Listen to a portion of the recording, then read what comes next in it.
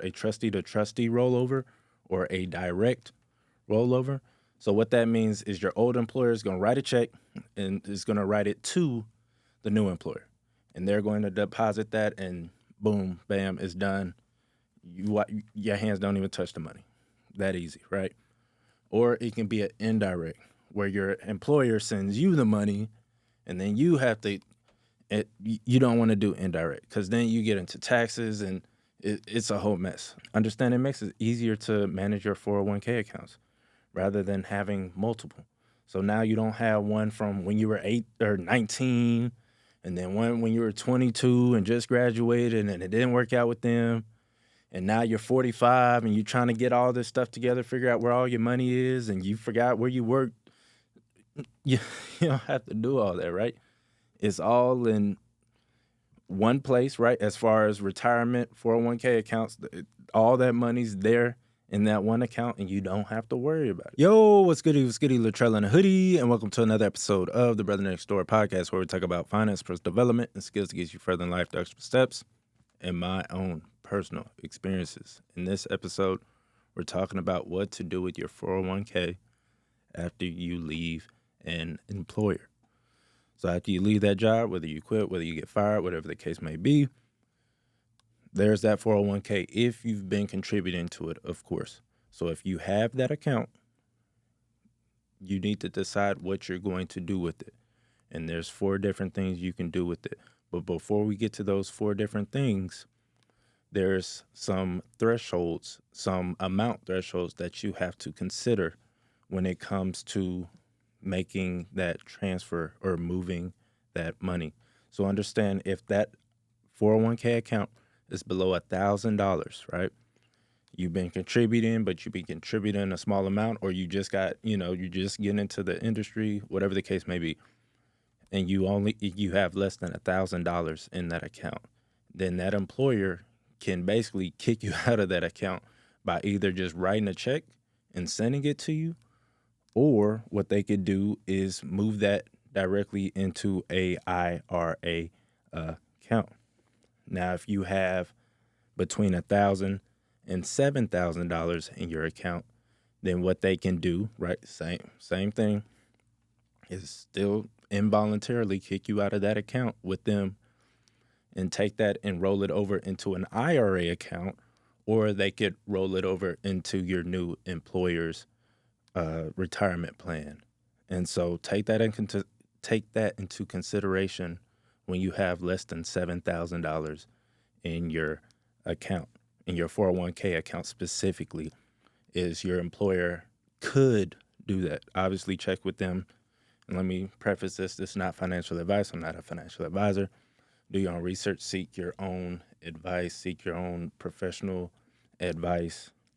But I just want to bring this to your attention. So here are the 4 options. Say you have more than $7,000 in your 401k account. You just left the company. What are we going to do? Option number 1, you can keep it with that employer, right? Like I said, you're past that threshold. So now they can't give you the boot, right?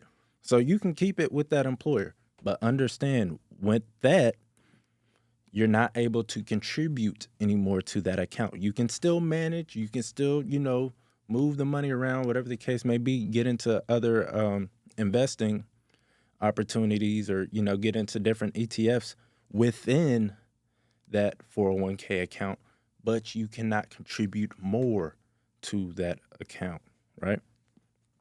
And so understand the benefit of that is, say they have, low fees, say they have an ETF or a mutual fund that you really like and you want to stick with, and your new employer doesn't have that, or you're still in the middle of looking for another job, then cool. You could just stay with that company and just leave it there rather than rolling it over into an IRA.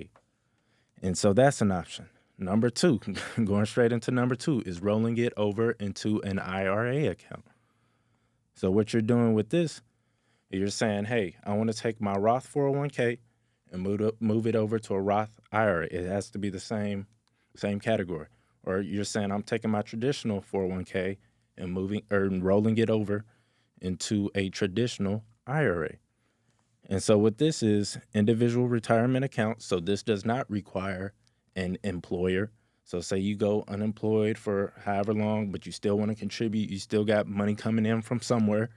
Cool, you can still contribute and still, move on with that account. Now the benefits of this is IRAs have a bigger pool to pull from when it comes to investment opportunities. So you're going to have a lot more options as far as where you're investing your money, as far as ETFs and mutual funds with the IRAs. And so that's a benefit, right? And then you can also reduce management fees by going with the IRA route compared to the 401k account. And then last but not least, there are more penalty hardship allowances.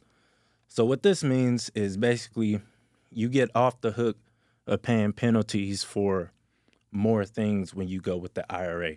So this could be first-time home buyers buying your first home. This could be higher education or college expenses, etc. Different things like that. I will have a bunch of links to resources in the description with everything that I am talking about. Next, you can roll over into a new employer plan. So this would be ideal, right? In some situations, of course, not everybody's situation, but in my situation, I'd want to just go ahead and roll it over. That way, all the money's sitting in one account, provided that they're still providing just as good benefits as far as fees, low fees, and having the ETFs that you want and mutual funds. And so you want to check with both employers, make sure that this is possible. First and foremost, this can be done by doing what is called a trustee to trustee rollover or a direct rollover. So what that means is your old employer is going to write a check and is going to write it to the new employer. And they're going to deposit that and boom, bam, it's done. Your hands don't even touch the money. That easy, right? Or it can be an indirect where your employer sends you the money and then you have to, you don't want to do indirect because then you get into taxes and it's a whole mess. So do your best not to do indirect. Do your best to do trustee to trustee, where it's going from one institution or one company to the next company. And the money's just going in between those two and you don't even have to touch it. That is very ideal when it comes to going from job to job. Understand it makes it easier to manage your 401k accounts rather than having multiple. So now you don't have one from when you were 8 or 19 and then one when you were 22 and just graduated and it didn't work out with them. And now you're 45 and you're trying to get all this stuff together, figure out where all your money is, and you forgot where you worked. You don't have to do all that, right? It's all in one place, right? As far as retirement, 401k accounts, all that money's there in that one account and you don't have to worry about it. And so consider that, especially if you're a forgetful person or something happens and now you can't access that money or you forgot passwords and all, just a whole bunch of crazy stuff. You can avoid all, because understand, you're starting, in my case, I started at 24. And so to go from 24 all the way to 59, that's a long time and a lot of stuff to keep up with. And you don't want to play with your money like that. You don't want to be forgetting accounts, forgetting where money's at, and you don't want to have to deal with all that. So take that into consideration is you're investing for the long term when it comes to these accounts. And you don't want to just have all different types of accounts everywhere, whether it's $1,000, whether it's $5,000. You don't want those accounts just sitting there and, you don't even know what's going on with them. And then last but not least is you can withdraw the money as cash. I strongly am against this option because now you're taking all that hard work and now you're paying a 10% penalty on top of taxes for that money that you withdraw. Whether it's $20,000, whether it's $30,000, whatever amount is set. It's like, oh, this don't do it. This is a retirement account. This is for retirement. So don't just take that money out, pay taxes, and then have to pay an additional 10% fee on top of that. It's not worth it at all. Go ahead and roll it over, or go ahead and leave it with that previous employer, or roll it over into an IRA, whatever you want to do, rather than just taking that money out cash, unless you absolutely, without a doubt, need that money. Just don't do it. Things to consider. I want you to consider a couple of these things before you make the decision.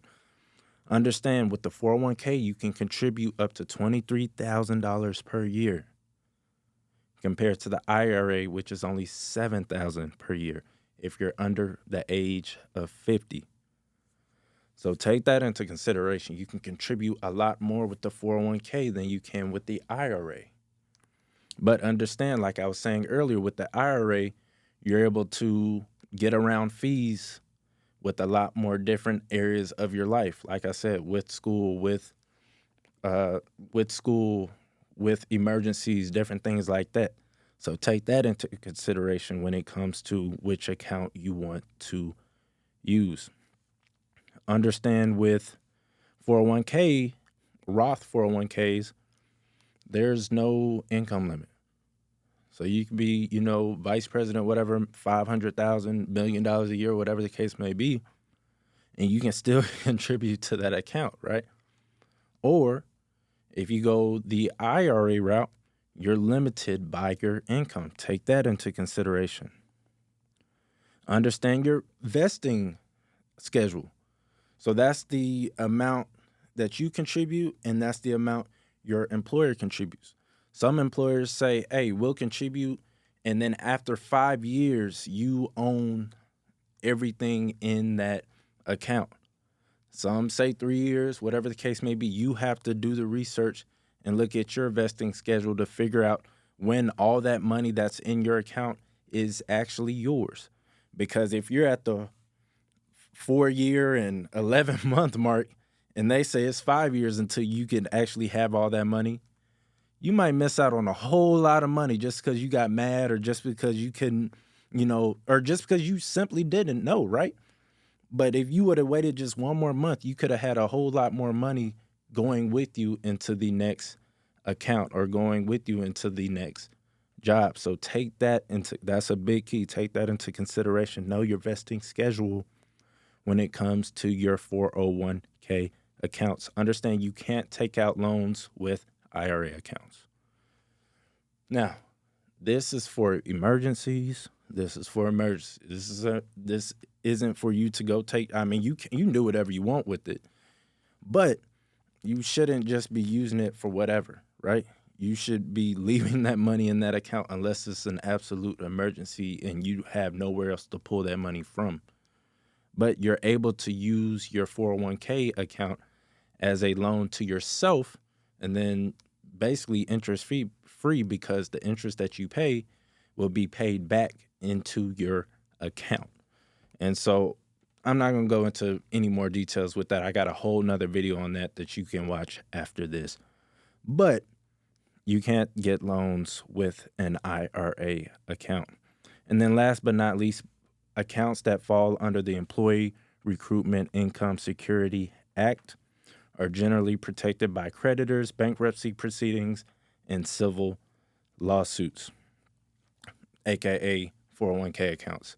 So those accounts are protected under those 3 categories. So take that into consideration when deciding where to put your money. So a lot of people don't think about it. A lot of people don't realize or forget that they have this 401k account, that they have this investing account, and they don't know what to do with it. Definitely talk to a tax professional. Definitely talk to a finance professional before moving forward to figure out what's best for your personal situations. But I wanted to bring this to your attention. That way you are more aware that that money has to go somewhere, or it doesn't have to. You can leave it there. But make sure it's your decision, and make sure it's a sound decision. Make sure it's a thought out decision on whether you want to leave that money there or whether you want to move that money elsewhere. and not just I completely forgot about it, I don't know what I'm doing, so on and so forth. So I gave y'all the information. Hope y'all take the information, do some more research, run with it, and make a better informed decision on what to do with that 401k right after you leave that job. Understand this. This podcast is for young adults. So a lot of us are just starting our first job, or if you haven't, I'll be praying for you. Hoping y'all land that first job after you graduate, because it's a great feeling to work hard 4 or 5, in my case 6 years, and finally seeing it pay off with a job. So hopefully y'all get that first one, and then when y'all are ready to move on to that second one, now y'all have the tools to be able to move that 401k account to wherever y'all want to, right? And so hopefully y'all taking these nuggets, y'all run with them. Like, subscribe, do all that good stuff, and I'll see y'all in the next episode. Peace.